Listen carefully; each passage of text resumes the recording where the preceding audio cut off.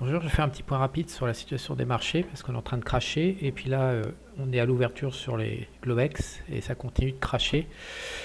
Le SP500 a fait 4008, il arrive de 6100 donc il est maintenant à plus de 20% de baisse, donc on est en marché baissier, ça y est officiellement.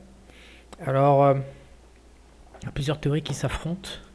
Moi j'essaye d'écouter le marché obligataire en permanence parce que je considère que les mecs qui sont dessus, y compris les banques d'affaires qui tiennent le système mondial de la finance, sont plus malins que moi. Donc j'ai arrêté dans le global macro de vouloir faire des théories. Je commence toujours par regarder le message des traders et des investisseurs obligataires. Donc là, qu'est-ce qu'on a devant? Je vous ai préparé en fait les quatre premiers marchés obligataires du monde, l'américain, le chinois, l'allemand et puis le japonais. C'est eux quand même qui permettent de voir le gros de la tendance. Donc ce qu'on voit, et j'ai pris à chaque fois l'échéance 2 ans et 10 ans. Donc le référentiel c'est les États-Unis à 2 ans. Donc vendredi ça a perdu 1,38. En Chine ça a perdu plus de 5%, 5,30%. Au Japon ça a perdu 17,80%. Et en Allemagne ça a perdu 5,55. Alors si on prend après le 10 ans, qui est l'échéance majeure obligataire, aux États-Unis, la baisse s'est contentée de faire moins de 1%, 0,92. La Chine a fait moins 3,24. Le Japon a fait moins 12. Et l'Allemagne a fait moins 2,69. Donc, on peut raconter tout ce qu'on veut. On peut faire tout plein de belles constructions intellectuelles et de beaux discours. Si on se contente d'écouter ce que pensent les marchés obligataires et les banques, bah, eux, ils disent que les tarifs imposés par Trump sur l'import et l'export de marchandises, c'est extrêmement favorable aux US et c'est extrêmement défavorable au Japon, puisqu'on est à moins 12, moins 17. C'est un petit peu moins défavorable pour l'Allemagne et la Chine, c'est plus défavorable, mais à peu près dans la même proportion que l'Allemagne. Mais grosso modo, les trois principaux partenaires des États-Unis en prennent plein la tronche et plein la gueule en valeur relative sur le marché obligataire à 2 et à 10 ans par rapport aux États-Unis. Donc ça c'est le premier point, il faut dire les choses telles qu'elles sont. Les tarifs de Trump, c'est pas un détraqué mental.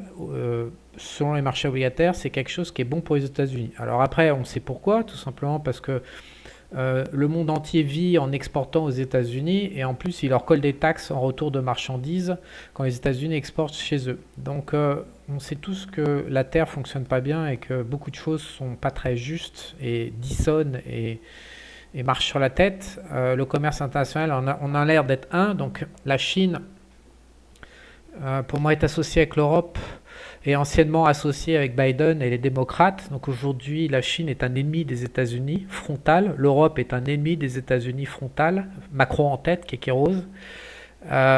Donc pour moi, il y a deux clans mondiaux qui gèrent la planète. Il y a le clan Poutine, Trump, Milei en Argentine. Il y a le mec dans le petit pays, là, je ne sais plus comment il s'appelle, Bukele. Voilà, ces gens-là, ils sont sur un clan. Et puis qui est pour moi le clan Vatican jésuite juif modéré, et puis en face on a le clan des hardcore, donc Chine, Europe continentale, donc Kékéros en tête, mais l'Angleterre et l'Allemagne complètement main dans la main. Bien sûr les démocrates américains, bien sûr le Canada associé, voilà. Donc actuellement on a un énorme discours depuis 3 jours que Trump est un fou, un taré, un machin. Moi, je vous dis juste, bah, regardez les marchés obligataires. Les marchés obligataires, ils disent l'inverse. Ils disent que Trump, il n'est pas du tout taré, au contraire, qu'il est en train de défendre l'économie américaine et qui fait pour l'instant un bon boulot si on constate les scores obligataires. Alors maintenant, je me trouve sur mon compte Charles de Repère officiel sur Telegram, que je vous invite à rejoindre. Je vais mettre le lien. Je vais d'ailleurs offrir des abonnements. Je vais faire un tirage au sort. Ce qu'il y a bien sur Telegram, c'est que je peux accéder aux followers, contrairement à de nombreuses plateformes. Donc, je vais offrir des abonnements à Université Investisseurs et à la quotidienne de Charles aux abonnés. Je vais les sélectionner au hasard. Ça sera un plaisir que d'accueillir comme ça, en espérant que euh, l'univers sélectionne des winners qui y trouveront un intérêt. Donc il y a 5 mars, il y a un mois, j'ai publié, parce qu'il ne faudrait pas croire que voilà, les tarifs ou le crack ou machin. Le crack en avril, on en parle depuis 2 3 mois dans l'université investisseurs. J'en parle un peu plus depuis décembre dans mon entourage personnel. Je crois même qu'en janvier, mon voisin à la ferme qui s'appelle Florian, qui est un homme 2.0, me demandait pour ses achats d'or et je lui dis crash en avril. Donc il ne faut pas croire 2 secondes que c'est une information complètement surprenante ce qui se passe sur les marchés américains. Donc là, vous l'avez en temps réel, le 5 mars, j'ai publié un graphique, je ne sais pas, voilà, je vais le grossir. Donc en fait, il y a 7 trillions, donc 7000 milliards de dollars de dettes américaines qui ont été prises au moment où les taux n'étaient pas très importants, pas très élevés, à refinancer euh, en 2025. Voilà. Donc, je vais aller vous chercher un graphique avec le montant des intérêts. Alors, voici la situation.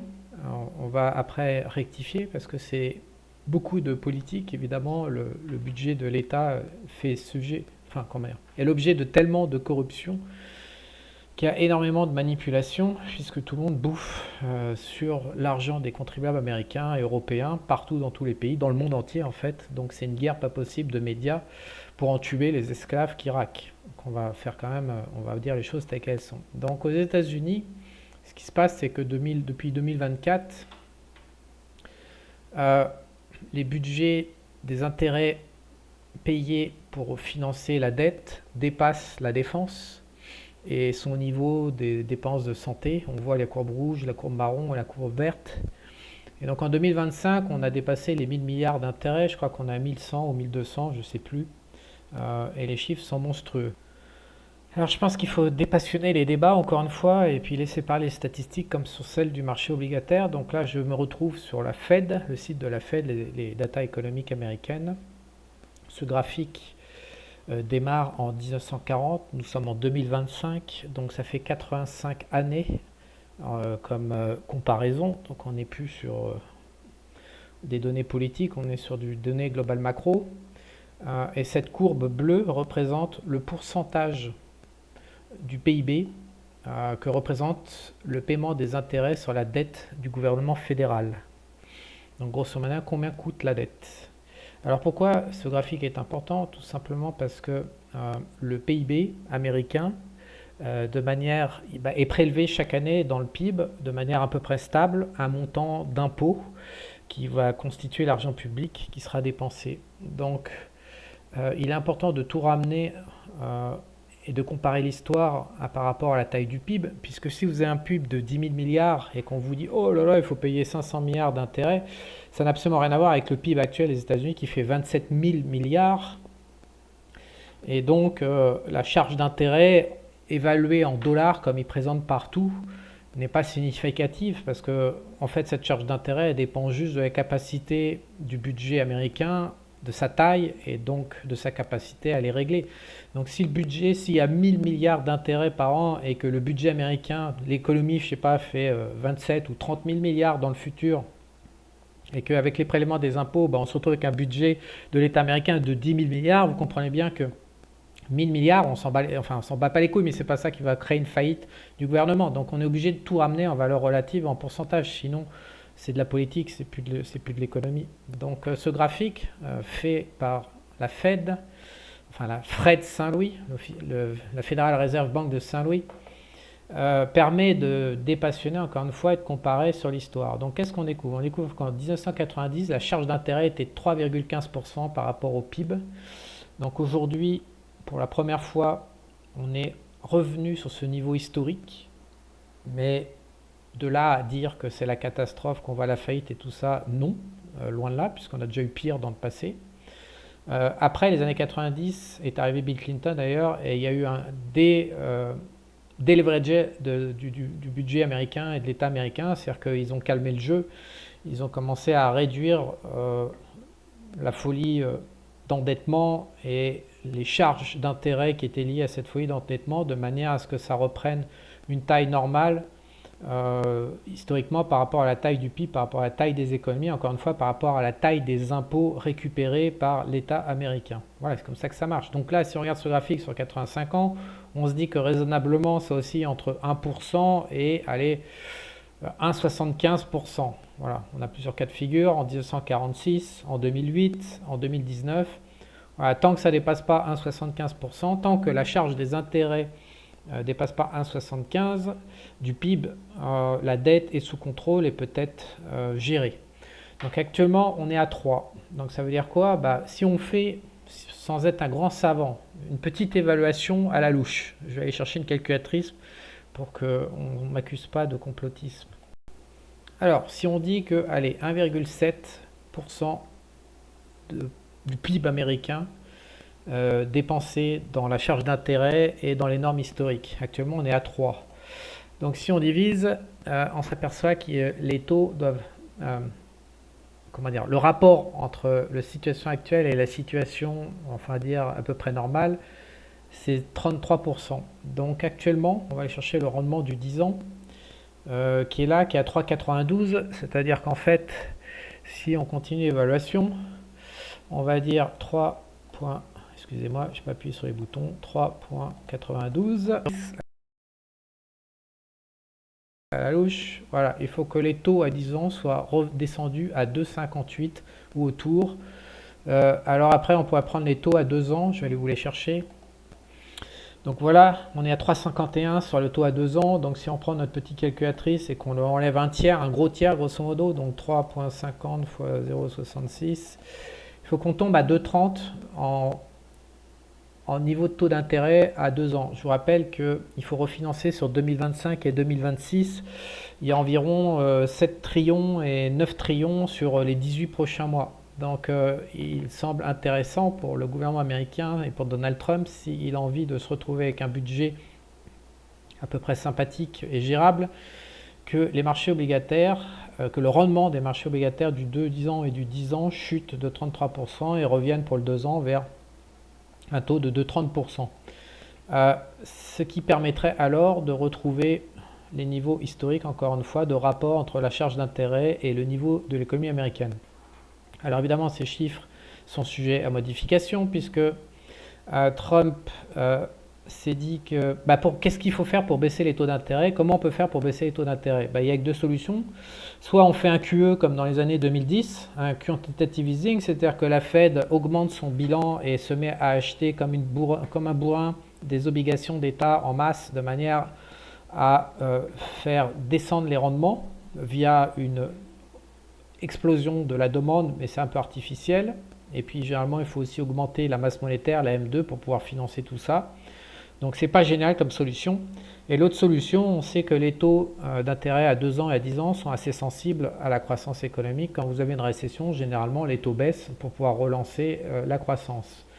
Donc il semblerait que notre ami Trump ait choisi de faire une récession économique via l'imposition de tarifs dans le commerce, qui sont, encore une fois, si on écoute les marchés obligataires, très favorables aux États-Unis, de manière à gagner sur tous les tableaux, à savoir rétablir un commerce de marchandises qui soit juste pour les Américains, et non pas injuste comme il l'est depuis des décennies, et en même temps, ce qui permettrait de gérer le rollover des dettes qui ont été émises et vendues sur le marché obligataire, donc il y a 2, 3, 4 ans, au moment où les taux d'intérêt étaient extrêmement bas, ça permettrait de faire d'une pierre deux coups.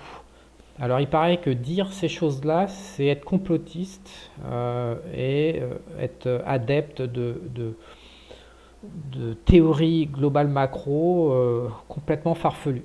Donc moi je trouve que les coïncidences sont juste énormes et ça ne me paraît pas être complotiste. Alors quelles sont les conséquences des tarifs et de créer une récession? Ce qui se passe, c'est qu'on va avoir une récession. Alors est-ce que la récession économique potentielle va... Clairement, comment on crée une récession? Avec une chute des échanges, les tarifs bloquent les échanges, donc on a une récession quasi garantie. La deuxième chose qu'il faut dire aussi, avant que je revienne au sujet central, c'est que les démocrates, donc je vous rappelle le camp Chine, Kékéros, France, Allemagne, Angleterre, Canada et puis démocrate américain Biden et l'autre pas fait de merde que je ne peux pas encaisser, Obama, l'ancien président américain. Donc toute cette clique passent leur temps à créer une croissance économique fictive en endettant l'État américain, puis en dépensant l'argent via des NGO, ce qui est l'équivalent des associations de loi 1901 en France, et dans des contrats d'achat de prestations de services à des entreprises privées amies, donc dans le cadre de détournement plus direct qui est exposé par Doge et Elon Musk. Donc ces gens-là passent leur temps à créer et puis en embauchant des immigrés. Voilà. Donc ces gens-là passent leur temps à manipuler les statistiques globales macro en créant une croissance fictive et en créant du travail fictif. La plupart du temps, on l'a vu parce que c'est documenté en dépensant de l'argent des impôts américains pour des non-américains, donc en créant un marché de l'emploi fictif, de la demande fictive, amis via des contrats. Donc ces gens-là créent une espèce d'économie socialo-coco complètement fictive. Donc Trump est l'autre camp, donc je vous rappelle le deuxième camp qui est Poutine, Russie, Trump, Argentine, qui est un camp probablement jésuite, mi-cananique, mi-hébreu, mi-jésuite. Donc ce camp-là, en fait, est juif. C'est le camp des modérés du monde entier, en fait, donc y compris les juifs. Donc il faut arrêter de dire les juifs font ci, les juifs font ça. Les juifs, a priori, sont en guerre fratricide. Il y a une partie des juifs qui sont modérés et une partie des juifs qui sont complètement hardcore. Donc les juifs modérés sont derrière Trump. Il y a un certain nombre de milliardaires aussi, white protestants. Donc tous ces gens-là, ils veulent un petit retour vers le capitalisme et vers la réalité. Donc en plus du commerce international de marchandises avec des tarifs qui tiennent à peu près la route, en plus du rollover de la Fed qui doit refinancer l'énorme dette américaine, nous avons, un agenda, un débat, enfin une orientation politique qui consiste à créer une récession un petit peu artificielle, mais enfin la précédente est artificielle et pour moi celle de 2008 et puis celle du Covid est également artificielle. On a toujours en fait des espèces de récessions un peu bizarres. Je pense que ça, dans Bretton Woods 2, donc depuis les années 70, ça fait bien longtemps qu'on n'a pas vu une vraie récession basée sur l'offre et la demande et sur des mécanismes naturels économiques. Donc on a toujours des récessions créées par le pouvoir monétariste, élitiste et politique et voilà, et non pas par des comportements des entreprises, des ménages, voilà, et puis de la situation économique internationale. Donc là, ils sont dans le cadre d'une création d'une récession, avec une réduction donc des échanges mondiaux. Cette création de récession va s'accompagner probablement d'une inflation assez forte. Cette deuxième vague d'inflation dont je parle depuis longtemps, qui est traitée d'ailleurs dans la quotidienne de Charles, je vais aller vous chercher ça. Donc ça c'est un groupe Discord dans lequel il y a 300 clients. Ça s'appelle la quotidienne de Charles plus débancarisation. Ça coûte 5 balles par mois. Faites gaffe, ça coûte super cher. Bref, il y a une partie, la quotidienne de Charles à l'origine, c'était l'endroit où je déversais des news qui n'étaient pas pourraves. Je vous rappelle que je déverse pas mal de news qui donnent envie de vomir et qui donnent envie de se suicider et se mettre en dépression. Ça, c'est les news que je donne en public gratuit sur les différents réseaux. Et puis les news un peu plus sympas ou différentes, on va dire. Tous les thèmes, vous les avez là. Je les déverse chaque jour dans la quotidienne de Charles. Et puis en fait, il y a un an environ, je me suis dit que ce que je vous annonce aujourd'hui, ça fait encore une fois rien n'est nouveau avec ce crack et Trump et ses tarifs. Ça fait longtemps qu'on sait tous qu'il va y avoir une deuxième vague d'inflation, qu'il va y avoir un crash, qu'il va y avoir tout un tas de choses. Donc il y a un an, je me suis dit, ça me fait chier, surtout pour 5 balles par mois, ça me rapporte 300 ou 500 balles, je sais pas, ouais, 200 clients, donc ça me rapporte pas des masses. Donc du coup, je me suis dit, je vais pas m'ennuyer à créer un nouveau produit, je vais mélanger les deux, comme ça les clients en auront plus pour le même prix et tout le monde sera content. Moi j'aurai moins de travail, les clients en auront plus et j'aurai toujours mon offre quotidienne de Charles qui sera un petit peu fourre-tout mais très complète et surtout très diversifiée, enfin disons avec des sujets, voilà. Donc débancarisation, il y a l'inflation qui est ici, que j'alimente, l'or, l'argent, les diamants, les pierres précieuses, des collectibles et puis quelques ressources. Donc, le sujet de l'inflation est aussi traité dans Université Investisseurs. Je précise que la quotidienne de Charles, je vais offrir aussi aux abonnés dans Telegram. Euh, je vais aller sélectionner parmi les abonnés, je vais tirer au sort, voilà, des gagnants pour accéder gratuitement pendant un an ou deux à ces offres, juste pour le fun, on va se marrer. Mais grosso modo, ces sujets de deuxième vague d'inflation, c'est quelque chose qui est vraiment pas nouveau et qui est inévitable. C'est-à-dire qu'il y a un moment, il faut dévaloriser la valeur de la dette par rapport à l'économie réelle parce que la dette des États est trop importante. Alors en Europe, c'est pas un problème parce qu'ils veulent aller jusqu'à faire un défaut de paiement, ils veulent la faillite en fait, de manière à imposer, ils veulent le chaos de manière à imposer les CBDC, donc la monnaie numérique. Ils veulent forcer la main du peuple européen et donc, ce n'est pas du tout la même politique économique qu'on peut voir actuellement en termes de direction entre l'Europe et les États-Unis. D'abord, ce n'est pas le même groupe de pouvoir qui est aux commandes de l'Europe et des États-Unis. Encore une fois, aux États-Unis, maintenant, pendant 4 ans, on a des modérés. Et c'est très bien parce que le dernier pays au monde qui va sauter par rapport à ces problèmes de dette, ce sera les États-Unis. Parce que quand on voit les efforts qu'ils font pour gérer la dette, ils veulent vraiment rebrousser les manches et rétablir un semblant, comme a fait Bill Clinton dans les années 90. A priori, ils veulent rétablir un semblant d'orthodoxie financière, alors qu'en Europe, ça part complètement dans l'autre sens. Ça part directement au crash financier et au défaut de paiement.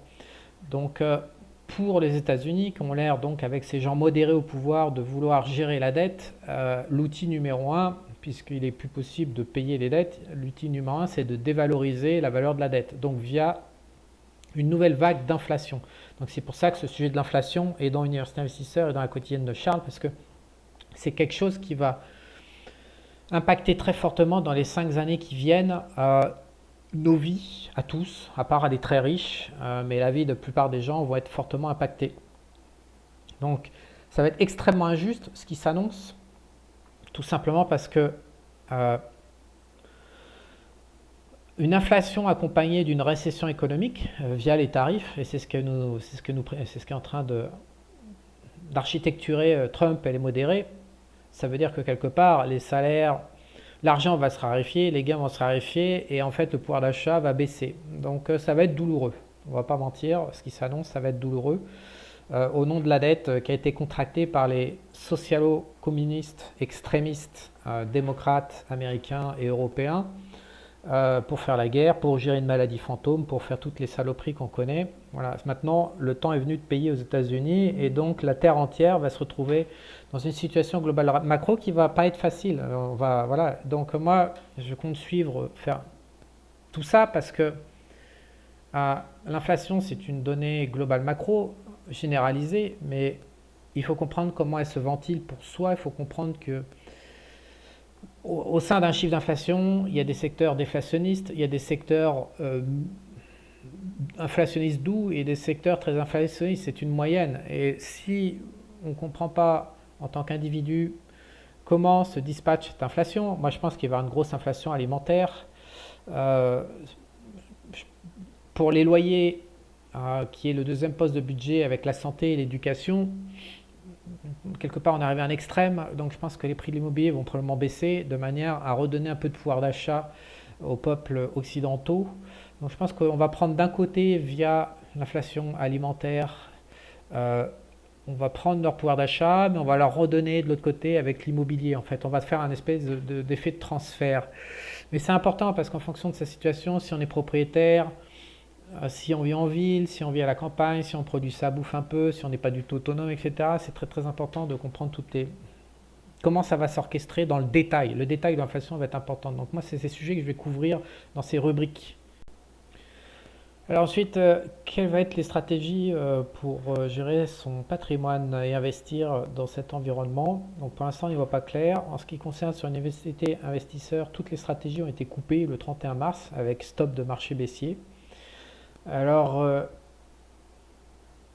si cette vidéo est juste, si le raisonnement de cette vidéo est juste, à savoir que, je vous le remontre, l'enjeu numéro un, donc exposé le 5 mars, il y a un mois, c'est le refinancement de la dette américaine, le rollover. Donc si c'est pas complotiste et si c'est réaliste, on en a au moins pour 18 mois. Donc il faut faire passer les taux actuellement, il faut faire chuter les taux encore de 30%. Ils ont déjà un peu baissé, mais il faut continuer à les faire chuter.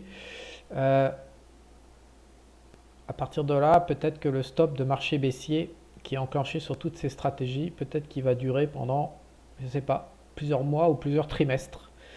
Donc actuellement, avec cette histoire de tarifs, c'est un petit peu compliqué d'évaluer, c'est ce que j'ai dit ce soir. Je vais essayer d'aller à la pêche aux infos dans les services des banques d'affaires américaines, les services d'analyse et de stratégie pour voir, notamment chez Goldman Sachs, s'ils ont pas, je pense qu'ils vont créer un indice des actions qui profitent de la hausse des tarifs douaniers. Donc il faut regarder les valeurs qu'ils sélectionnent et peut-être qu'il y aura moyen au cours des 18 prochains mois de gagner de l'argent en investissant dans ces entreprises. Par exemple, un exemple tout con, mais il y a des entreprises qui transportent le gaz et le pétrole à l'intérieur des États-Unis.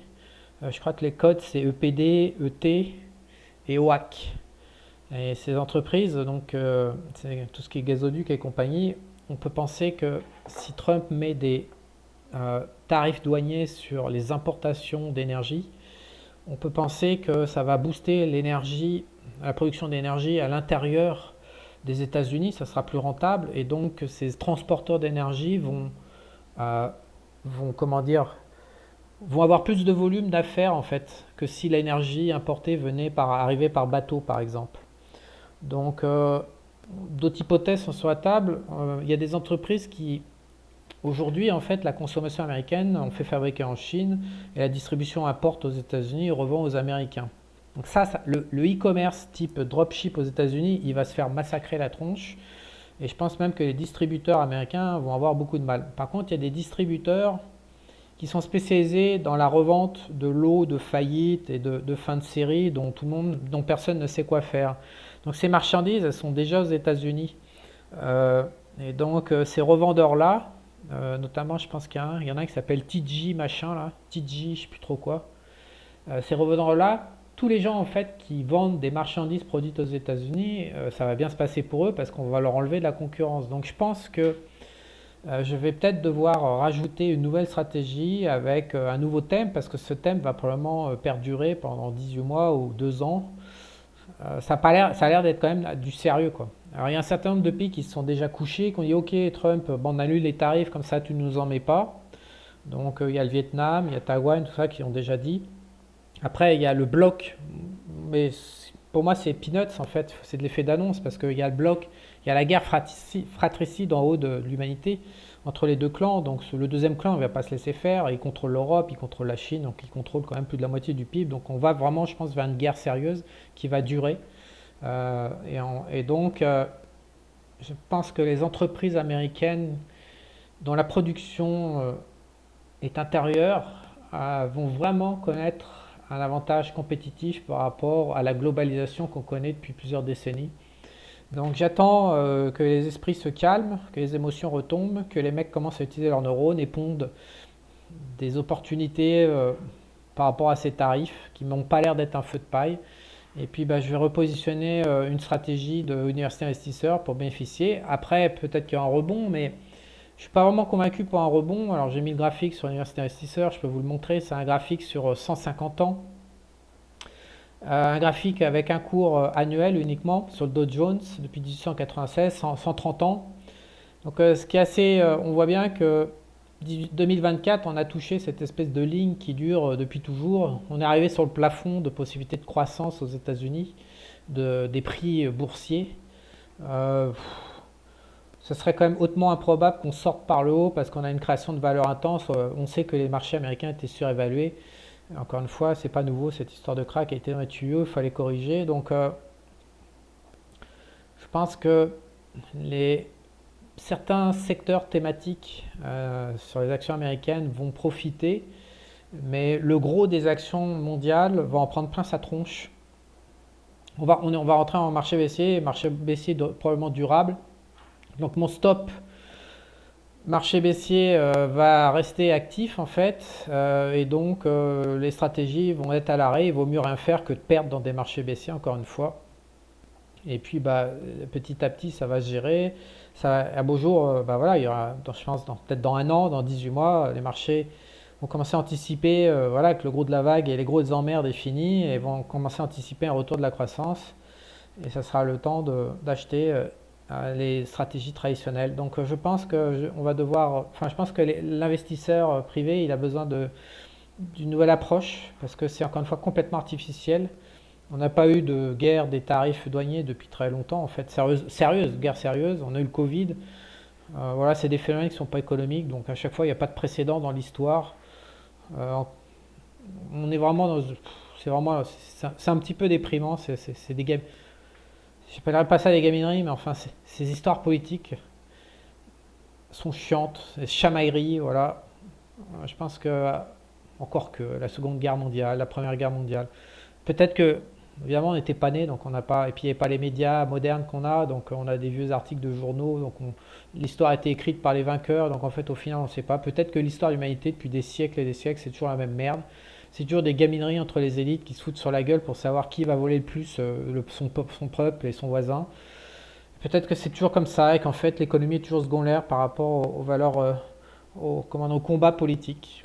En tout cas, moi c'est pas ma passion la politique, je préfère l'économie et donc je trouve ça un peu. Je regrette quand même les années 2000 et 2010 où on était quand même plus concentré sur l'arrivée d'Internet, il y avait quand même moins de bordel. C'était quand même plus économique que politique et c'est vrai que depuis 2020 c'est quand même que de la politique. C'est comme si plus personne avait envie de, je sais pas, faire des échanges, de produire, d'innover, de produire des richesses, de s'enrichir. C'est on se fout sur la gueule, on vole, on fait de la guerre inutile, des morts, des machins, des trucs. C'est pas trop ma tasse de thé. Voilà. Donc pour finir, je vous redonne mon channel Charles de Repère officiel sur Telegram. En fait, c'est facile, c'est t.me/de repère. Si vous voulez vous abonner, j'ai publié 2700 éditos depuis 2 ans à peu près. Et il y a 4300 abonnés actuellement. Et donc c'est là-dessus que je vais maintenant faire chaque semaine. Je tire au sort pour offrir des accès à Université Investisseurs et des accès à la quotidienne de Charles. Donc si ça vous intéresse, c'est pas possible de le faire sur YouTube, c'est pas possible de le faire sur de nombreux canaux. Alors pourquoi j'ai choisi, je vais terminer pour expliquer pourquoi j'ai choisi Telegram. Tout simplement parce que c'est la seule plateforme où les gens ont encore la liberté de dire oui ou non, je veux ou je veux pas lire, je veux ou je veux pas consulter cette vidéo. Toutes les autres plateformes, en fait, il y a de la censure. Ou alors il y a des blocages, du shadow ban, ce qu'on appelle, c'est-à-dire des contenus dont les propos ne plaisent pas au maître du coin, c'est-à-dire Keke Rose et tous ses sbires.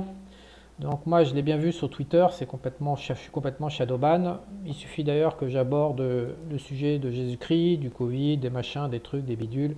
Immédiatement l'audience est divisée par deux.